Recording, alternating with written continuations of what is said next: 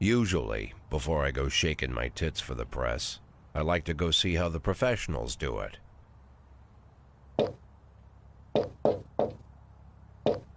Some might say the chief of police has no business in an institution like this, but in fact it's the quietest and safest place in town. You won't run into any reporters, nobody gets into any fights, nobody drinks too much, nobody even raises their voice. The place is owned by an elderly gentleman who knows how to keep things under control. That's why I never invite my friends here. I wanted to make an exception for my 60th birthday, but most of my colleagues are young enough to be my sons, and they'd rather just hire prostitutes. Why stare at some boobs when you can take the whole package for yourself? But there's none of that in our club. Even looking too long is considered indecent. You can get an occasional glimpse, like by accident. The rest of the time you just pretend that you're immersed in conversation, or just come by for a drink. Doesn't mean these gentlemen wouldn't want their bald heads smothered in tits. It's just that nobody says it out loud. My younger colleagues might call it hypocrisy, but I call it the good old-fashioned manners. Good manners and leave the rest unsaid. She agrees to unbutton her blouse, and we agree not to pay too much attention. The girls are on a quiet prowl, too. They're looking for a way out of their cramped rooms. Maybe make friends with some wealthy patron with a pacemaker and dentures. Everybody wants something. But we have to control ourselves, or we'll all turn into libertines and prostitutes. Hell, if there weren't any rules, I'd be belching and farting, jumping up on the table, arms held high, yelling, "Shake it, baby!"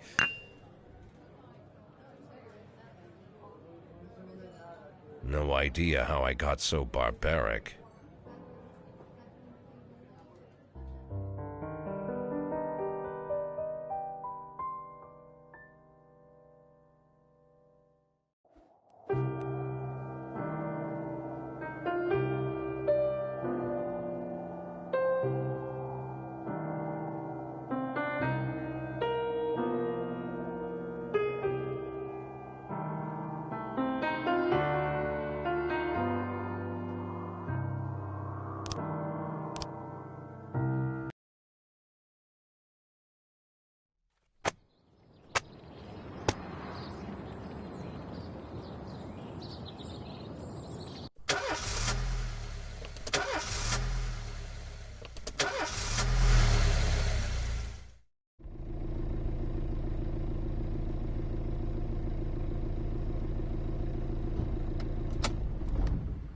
When I was a kid, my father sometimes told me at bedtime that if I closed my eyes and didn't open them for a long time, all the demons would blow away.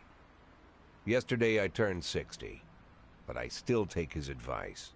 Not because I'm sentimental or want to keep the memory of my father alive. I just can't think of a better solution. To get away from all the demons that haunt Freeburg, I'd need to wear a blindfold 24/7. Plus, it's a good idea to act blind when talking to reporters. At least that's what my colleagues say. They're afraid of press conferences. But for me, it's more like a confessional. No matter what lies you tell, you're privately thinking the honest answers. It helps me remember who I am. The fact that I'll be reading all about it in the papers tomorrow is a small price to pay. Call it penance for the preacher.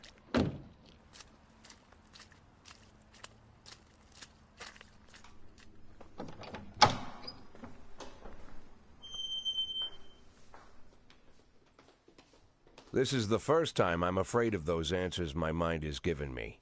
Not because I'm mad I'm losing my job. Though it's true, I'm mad as hell. Not because I subconsciously blame everyone else. Though I damn sure do blame them.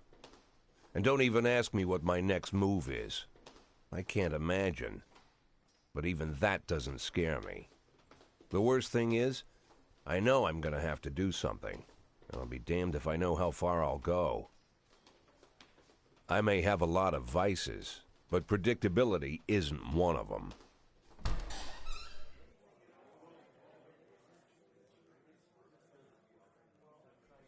I learned a long time ago how to drive away the swarming demons. But what do you do when they're trying to rip your soul from your skin? Shutting my eyes tight as I can. The best solution remains the same: play blind. I just hope the reporters think I was blinded by the camera flash.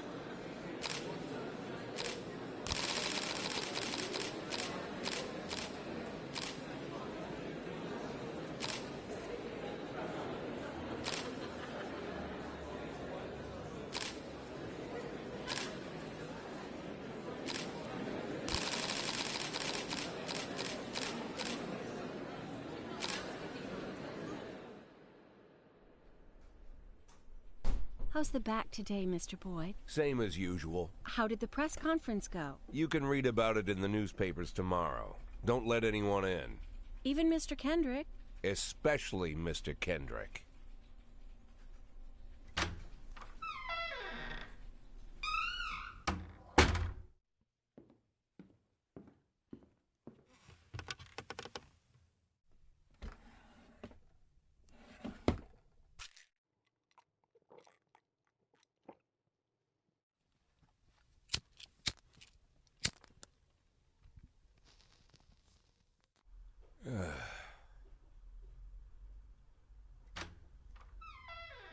As soon as I heard the door creak, I knew what face I'd see.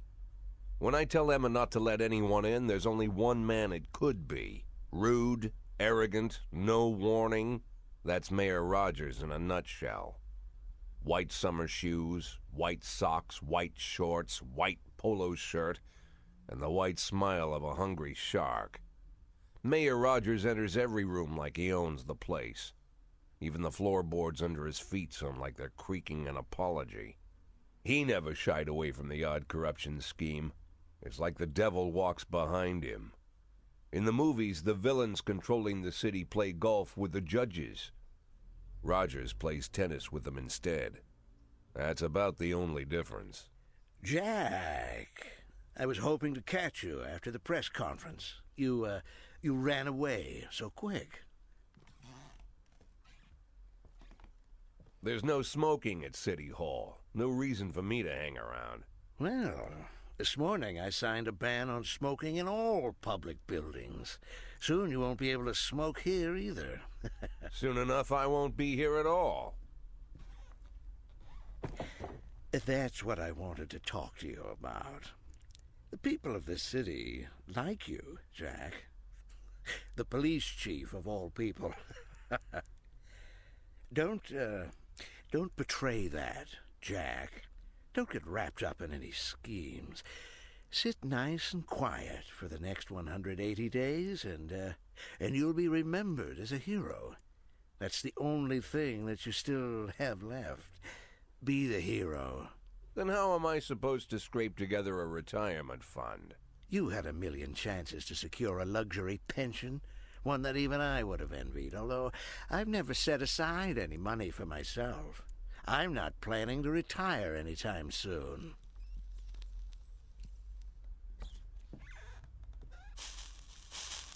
"180 days of quiet, Jack. That's all I need. I don't have any problems with you, and you won't have any problems with me. I have a new assistant, Troy Starr. If you have something to tell me, call him. But try not to bother him. He's a busy man. I'll do my best. And quit smoking up the office. One of my friends will be using it soon.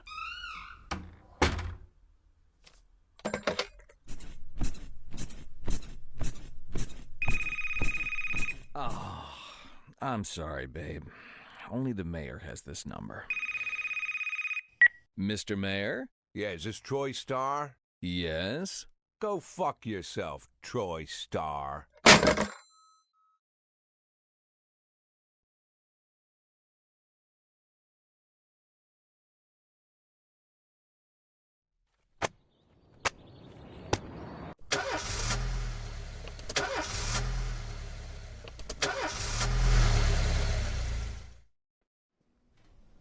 Cops don't use the police station cafeteria anymore. There's some kind of stigma against sitting shoulder to shoulder with your partners. Everybody just takes snacks from the machines or grabs a meal and hammers it down in the corner like a vulture on a corpse. The main thing? Don't look into anyone's eyes. Could be construed as an invitation to sit together. The only people eating here are ghosts.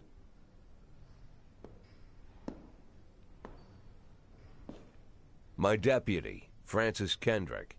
He recently became one of those ghosts. The subject of one of the most devastating corruption scandals in the history of Freeburg. No evidence to support the accusations, but everyone knows Kendrick's days are numbered. I need that file I asked for. Needs to be ready tonight. Francis didn't say anything, but I understood. Ghosts aren't supposed to talk. Besides, I got a feeling he was already finished.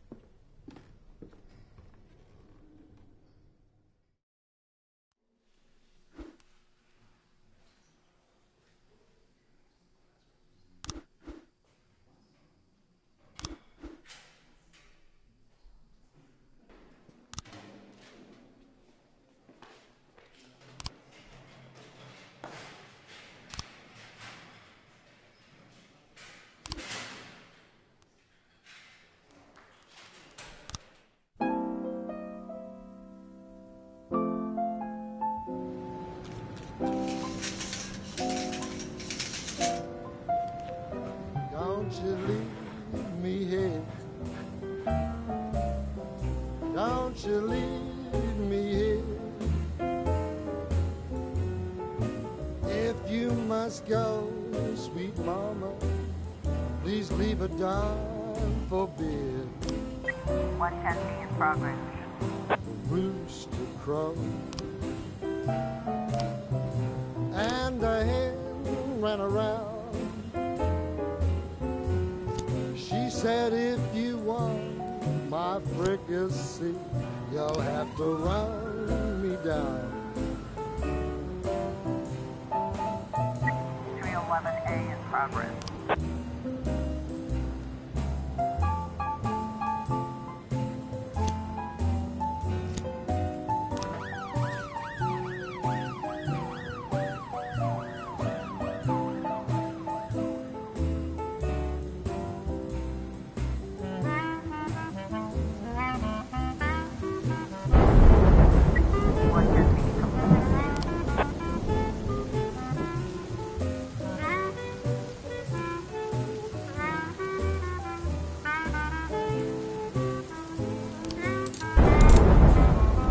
I'm Alabama bound. Alabama bound. 311A complete. I followed you around from town to town. I'm Alabama bound. Don't you leave 910C in progress. here.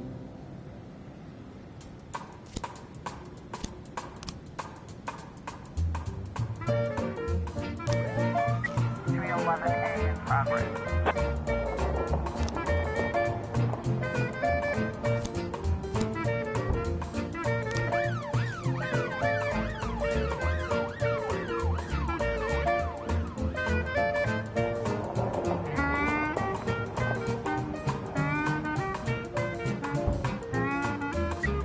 412A in progress.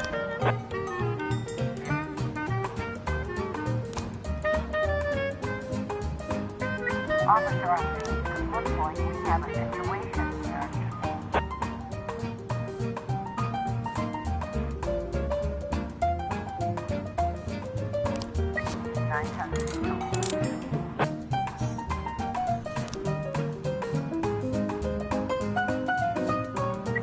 311A complete.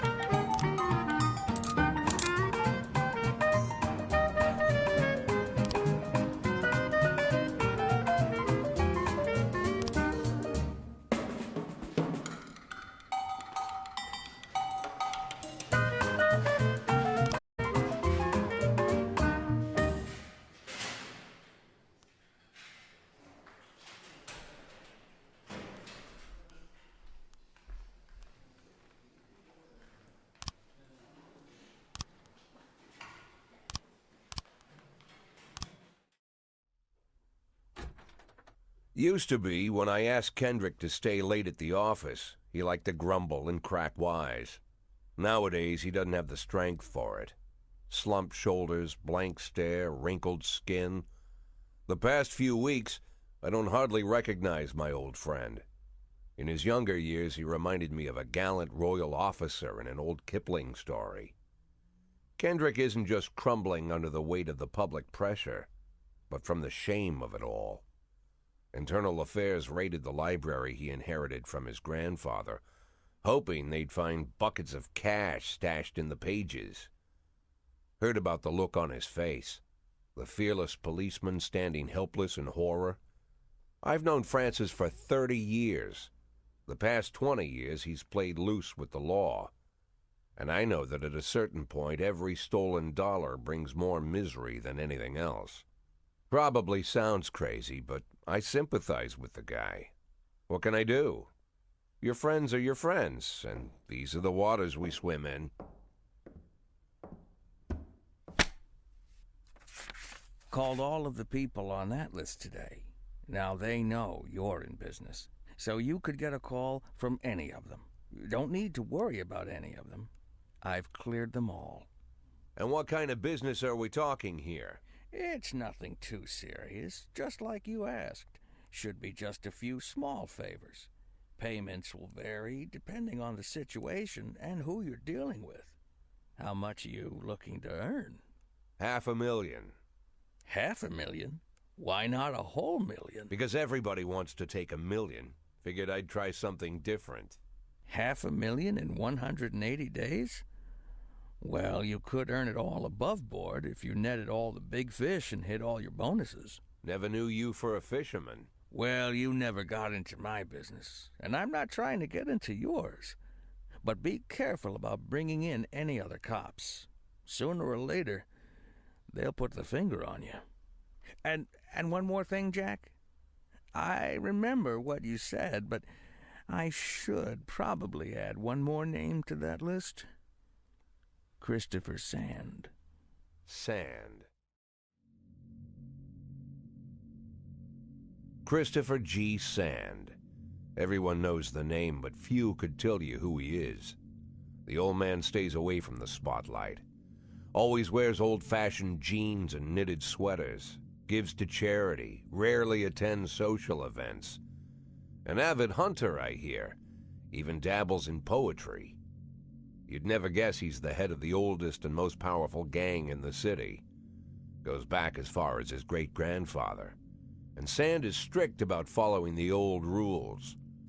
He rarely involves himself in commonplace murders and robberies. Hardly needs to intimidate anyone to get his point across. The people who work for him each have their sphere.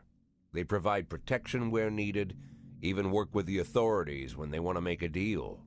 Meanwhile, San pulls the strings without getting his hands dirty. People sometimes mistake his quiet approach. A couple years ago, an arms dealer decided to expand its business without asking permission, and his whole family paid the price. In 4 weeks, San killed 31 people. Old men, women, even a few teenagers. And San's people made sure every paper reported it. Frank, I don't want to hear you say that name again. Jack, please, listen to me. I'm in with these guys. We agreed, Frank. That's not the kind of business I'm into. I don't go there. Never have, never will.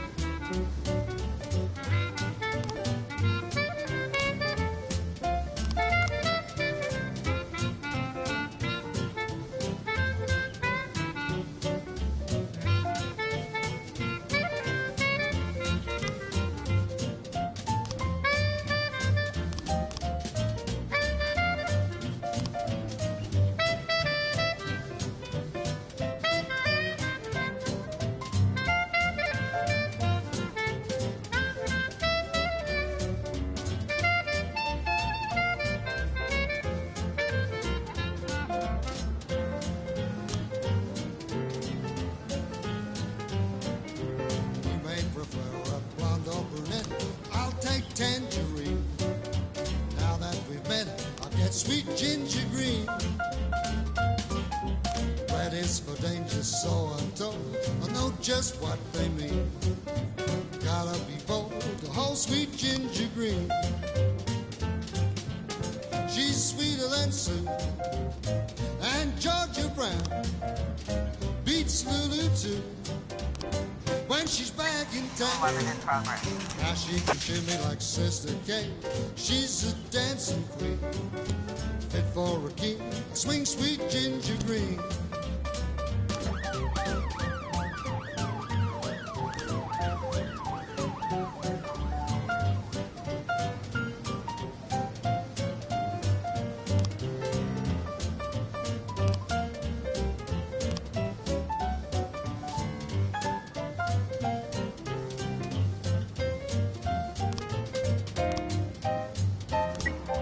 In progress.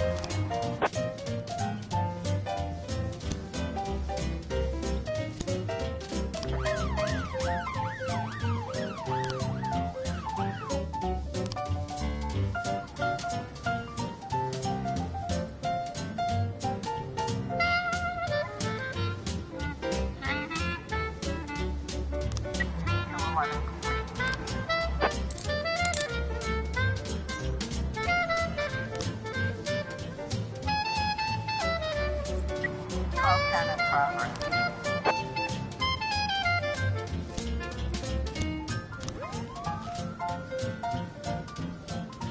211 complete. Now she can shimmy like Sister Kay. She's just a dancing queen.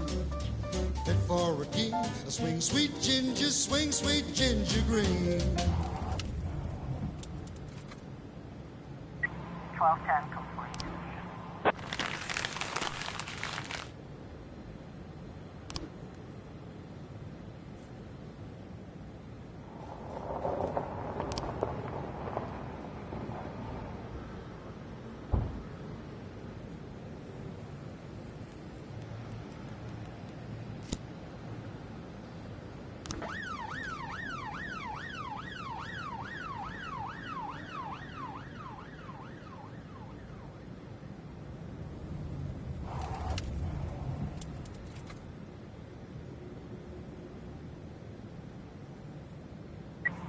Eleven B in progress.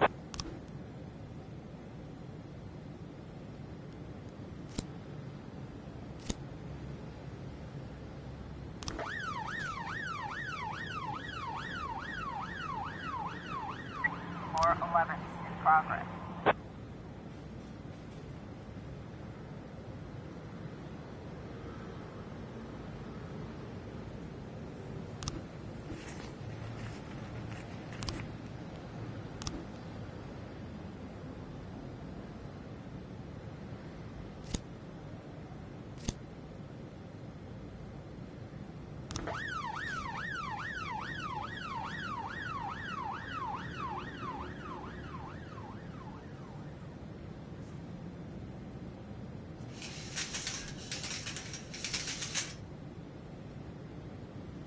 Officer on scene, it looks like we have a situation here.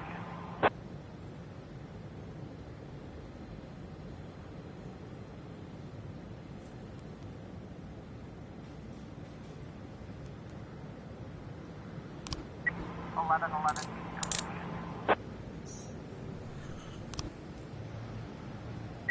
411 complete.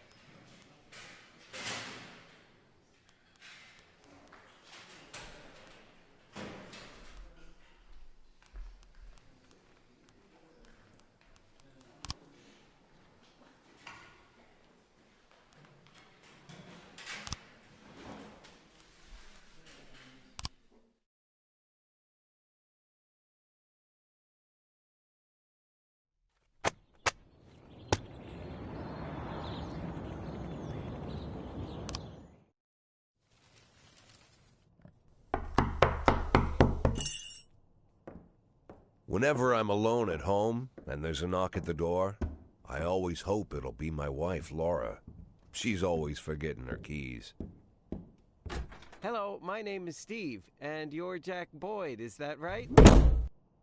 To get to my front door, the Bible boys walked about a mile from the local bus stop, jumping over mud puddles and skirting a couple of landfills. Laura doesn't go in for religion either.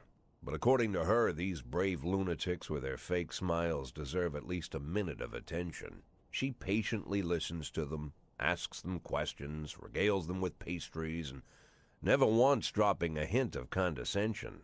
When I watch her do it, I've got to admit it gets me.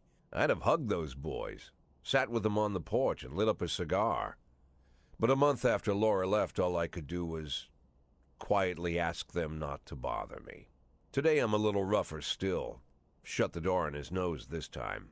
Another couple weeks at this rate and I'll be greeting anyone who comes close with my service pistol pointed towards the sky, ready to fire my warning shots. In my life, even the basic stuff never goes like it's supposed to. Normally, when a wife is going to leave home, she'll make a scene or at least sit everyone down for a serious conversation.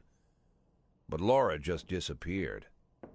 The children in the stories always stand on the side of the mother, but All three of our sons supported me. The in-laws always blame the husband for making their daughter unhappy. But now Sally, Laura's mother, well, we sort of have a pact. The fellow Laura ran off with is young enough to be her son. I hear he's 30 years old. Of all the possible information a man can know about his wife's lover, I get hit with that.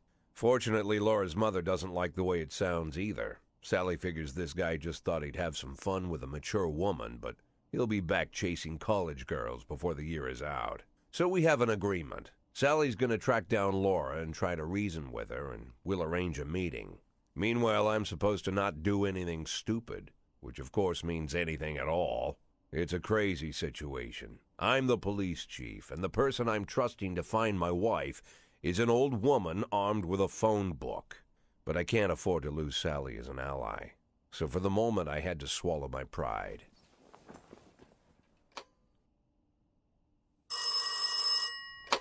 Hello. Mrs. Markham, this is Boyd. Oh, is there any news? That's what I wanted to ask you. Have you found anything? An address, phone number? Have you spoken to her?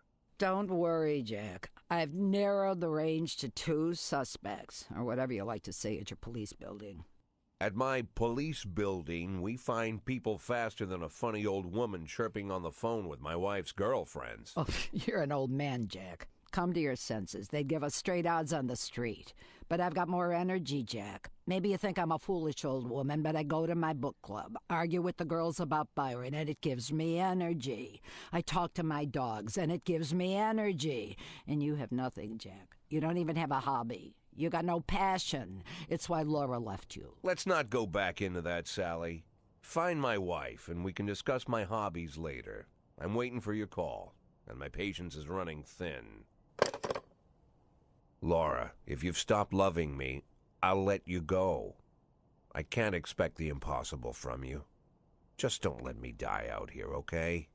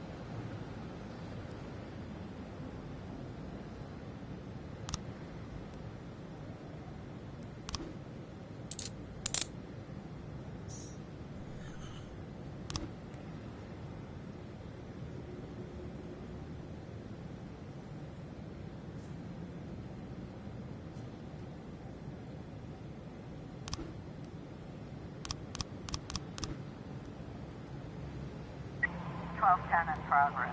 We've got a situation here. 113B complete.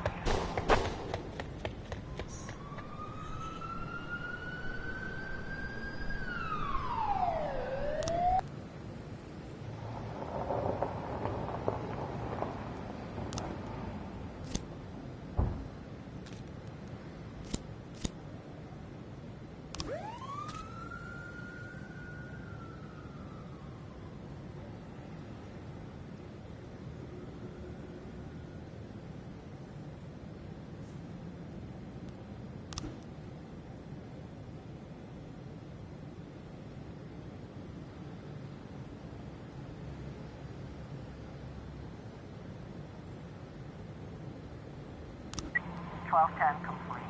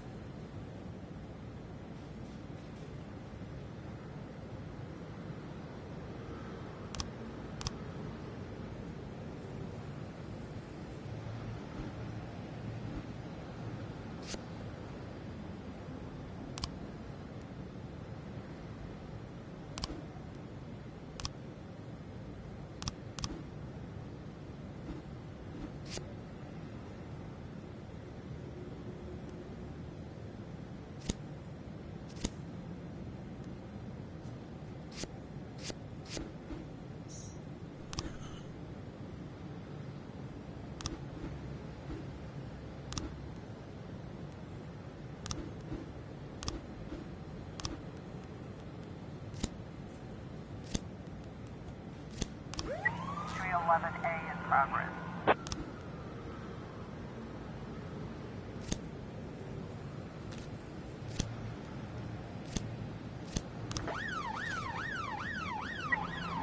A in progress.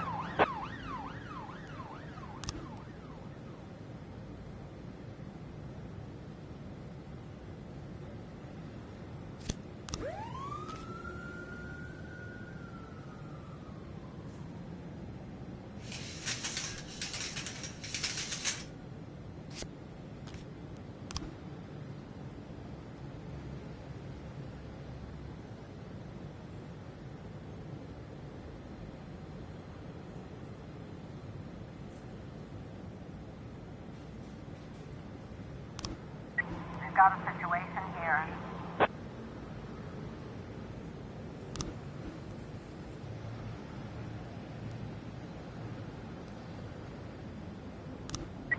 A complete.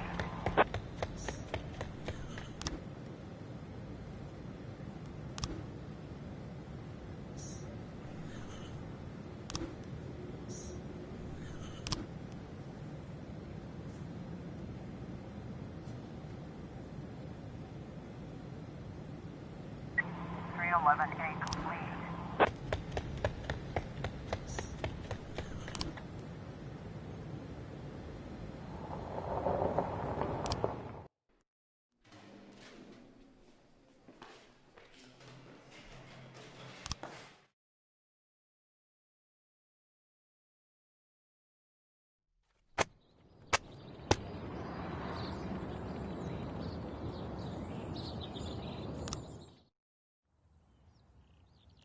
Why would a man need a barn?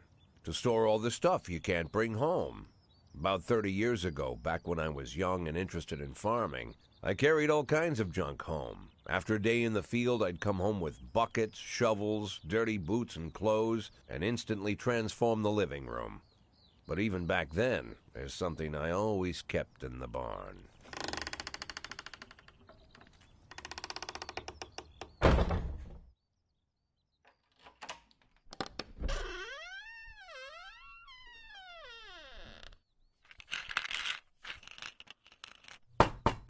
I stopped keeping my pills inside the house because every time I was about to take a triple, someone would knock on my bedroom door. Now they're knocking on my barn door. Well, fine. It's not every day that someone comes to visit your barn. In all the years we worked together, Kendrick never came to visit the house. We drank at bars, went fishing, went to the mountains, even chased off some poachers one time. But he never came for dinner with the family. We never watched football over here. And now he's brought his friends to visit my barn. I always try to look unsurprised, like it's an everyday thing to get visitors at the old barn, especially guests with their own personal bodyguards. But Kendrick is sharp enough to see he's caught me with my pants on backwards. Sorry for the surprise, Jack. We saw you from the car. Figured we'd find you in here. I'm going in for a minute, fellas.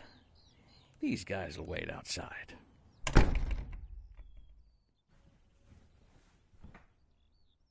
How long you been dating the Lover Boys? They're Sans people, Jack. Yeah. So now you're appearing in public with members of the Mafia? Jack, I'm leaving tonight. More like fleeing. Jenny and I are taking the girls and making a run for it. Probably won't be seeing each other again. I've got new documents, a new name, a new life, everything new. The papers say you're still working your last week for the department. I've got to get out today. I won't be getting another chance. Don't know if you noticed, but the whole city is against me. You told your Mafia friends about your plans. Jackie, if I don't fix everything with them in the next few hours, they're going to kill me. And not just me. My family, my relatives, God, Jack, I don't know who else. They found out that I was planning to run and they demanded that we close our contract today. Your contract, Frank? Really? Is that how you talk now? Maybe you should call in the lawyers to straighten all this out. Now is not the time, Jack, please. I have a commitment to them until the end of the year. They need an inside line at police headquarters. I can't just give them back the money. That's not how the Mafia works. If I can't find someone I can trust tonight, I'm dead. You know me, Jack. I wouldn't ask you if I wasn't afraid they'd cut my daughters to pieces before sunrise. He's the damn fool who puts his daughters in the crosshairs in the first place. Anyone in my place would have dressed him down good. But I didn't want to pile it on. Fate's already got this guy's soul in the grinder.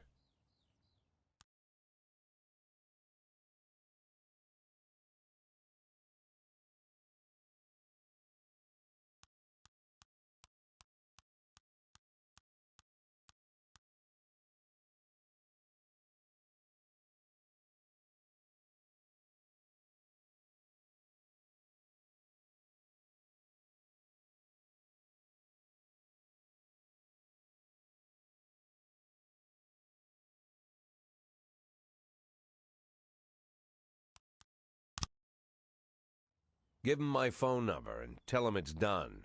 Don't call me. Don't come to work today. I don't want to see or hear from you again. Time for you to go. Jack, Get the fuck out of my nice cozy barn, Frank.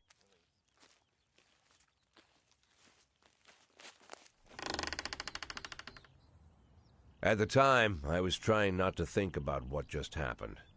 It was almost too much to take in.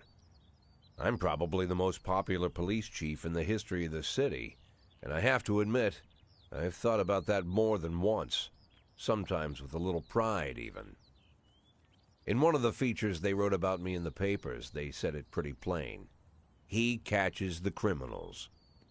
Believe me, high praise like that is unheard of in Freeburg, especially for a cop. And here I am, the person who catches criminals, and I've agreed to help the Mafia or I'll come home to a bag stuffed with my kids' body parts. Right before the last hammer falls. Hey, remember that cop who caught criminals? It turns out he was a mafia bitch. And all for the sake of a greedy, corrupt cop who should have fled the country years ago. That sound right to you?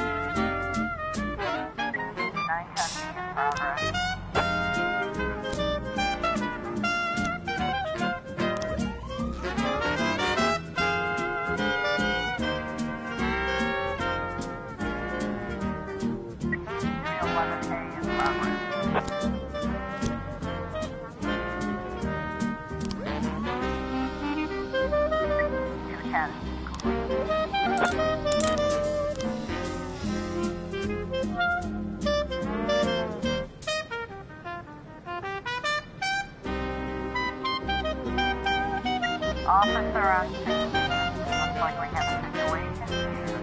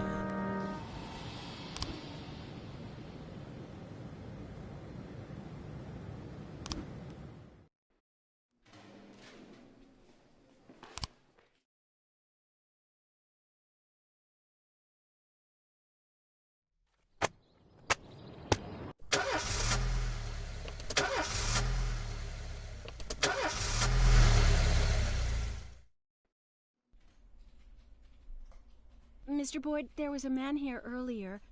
He left you this. A man? What man? Who let him on this floor? I don't know. I've never seen him before. I asked him his name, but he just ignored me. He was talking on a big telephone, you know, one of those portables. He gave me this envelope and left. Damn. Okay, let's see about this.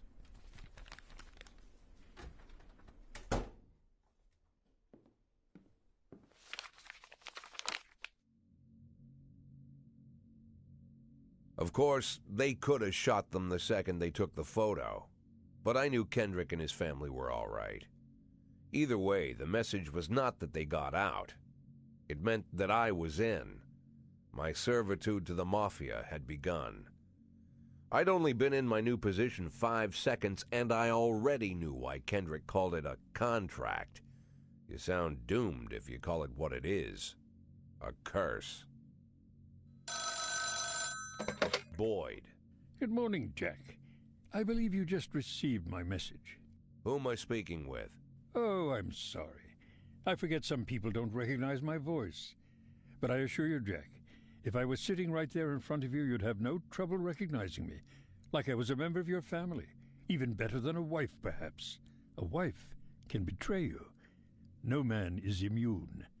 I don't talk to people who don't tell me their names. Oh, Jack, don't be so childish. You're too old to run away from strangers. Yes, we both are. And in our old age, friendship becomes rare and all the more precious. But of course, we must work with new people and find out new names. So if you insist, Jack, let us formally meet. Hello, Jack Boyd. I'm Christopher Sand. Wonderful, Mr. Sand. And what is it you do for a living? Oh, you'll soon find out all about that.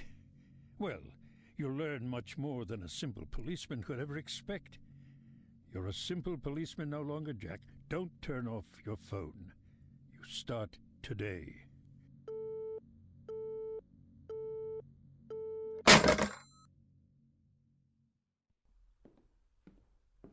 Eight in 10. It's been my go-to principle since my first day on the job.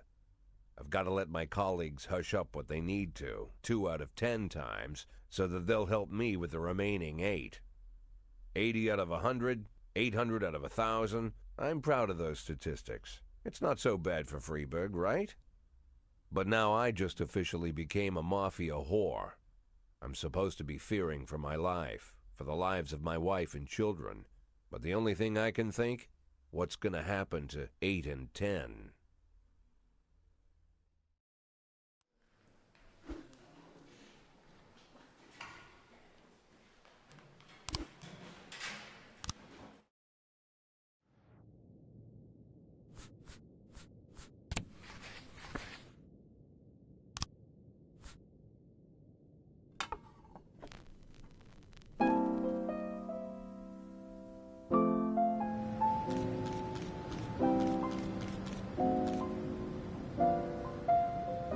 Don't you leave me here. Don't you leave me here. If you must go, sweet mama, please leave a dime for beer. The rooster crowed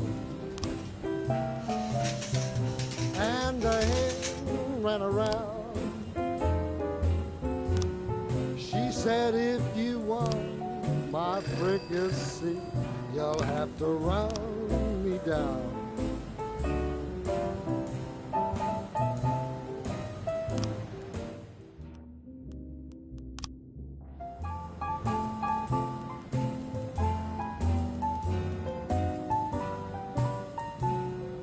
A in progress.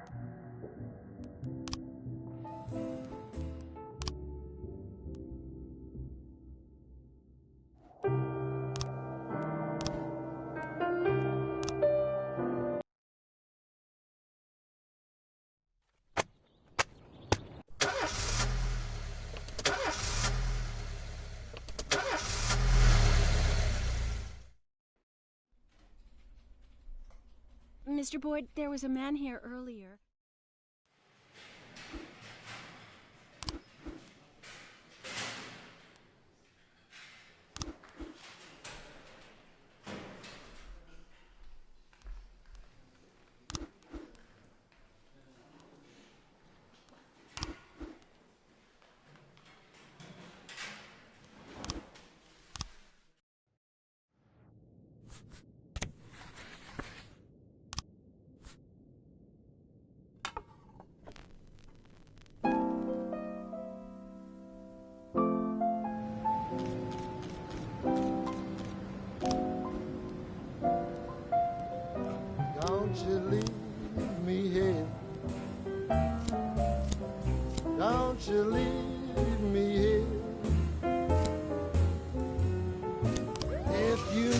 let's go, sweet mama. Please leave a dime for beer. The rooster crow and the hen ran around.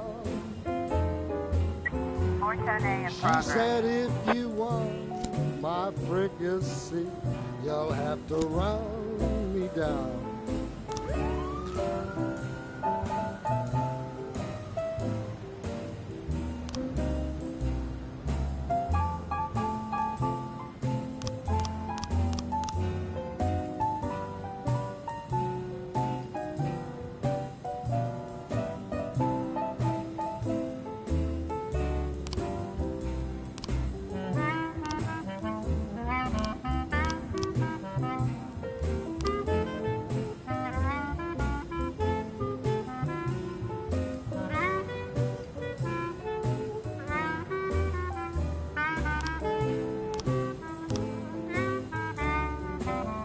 I'm Alabama bound.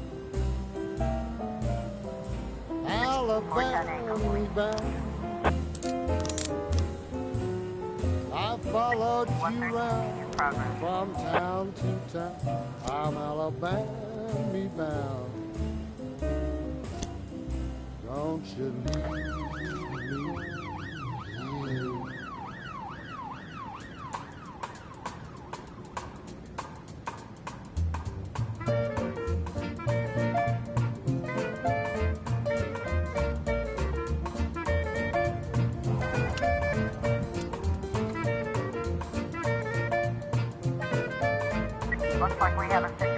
here.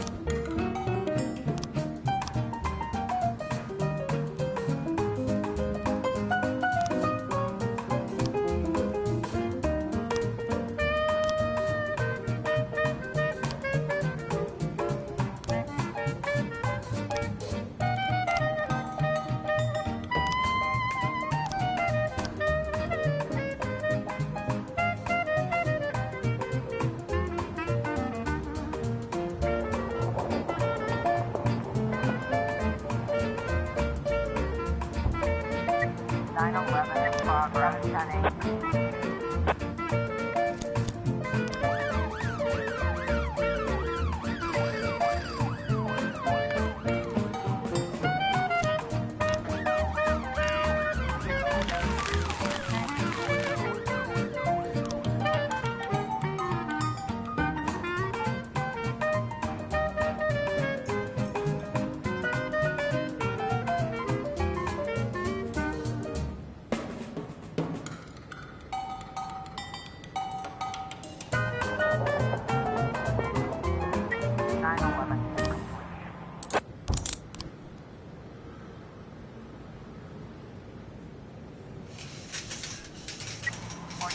In progress.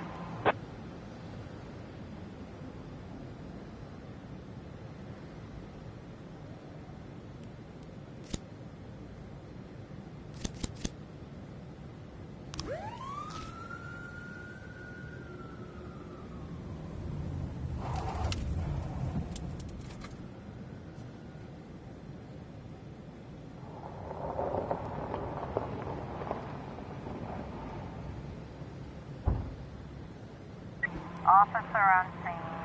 Looks like we have a situation here.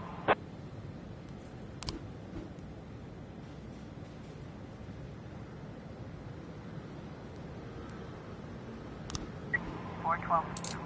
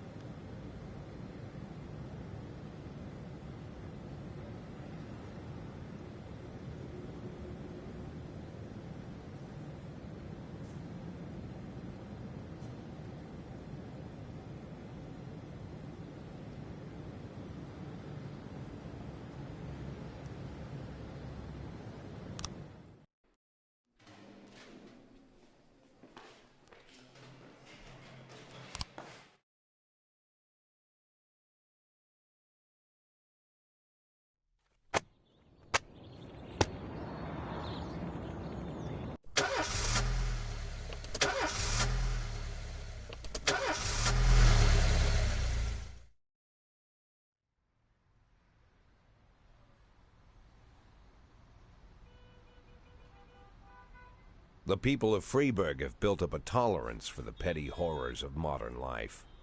You'll never see crowds gathering around a beaten passerby. Folks rarely even slow to gawk at a car accident. And street theft doesn't turn heads anymore. Been a long time since people got worked up about stuff like that. So when I ran into a troubled crowd on the way to work, I knew there was something serious going on. Something bad enough to knock these people out of their daily rhythm. And we're talking about people who would step over a corpse if it was blocking the door to the coffee shop. But apparently all it takes is a bunch of leaflets, or spreading broken glass across Main Street, or releasing a couple of hundred rats in the ice arena. The mysterious figure taking responsibility for these strange acts goes by the alias Robespierre. Nobody knows who he is, what he wants, or what all this adds up to, from the buckets of lard spread on the sidewalk to the front door of City Hall covered with ostrich feathers. But this strange cross between childhood pranks and cheap theatrics has got the people all worked up. Everyone understands when some Freeburg crook satisfies the basic human need to rob and kill. But when someone steals a lion from the local zoo and locks him in a cell below the courthouse, the people start asking questions. Myself, I kind of like this Robespierre. It's not just the pranks he's pulling or his green bull's head emblem.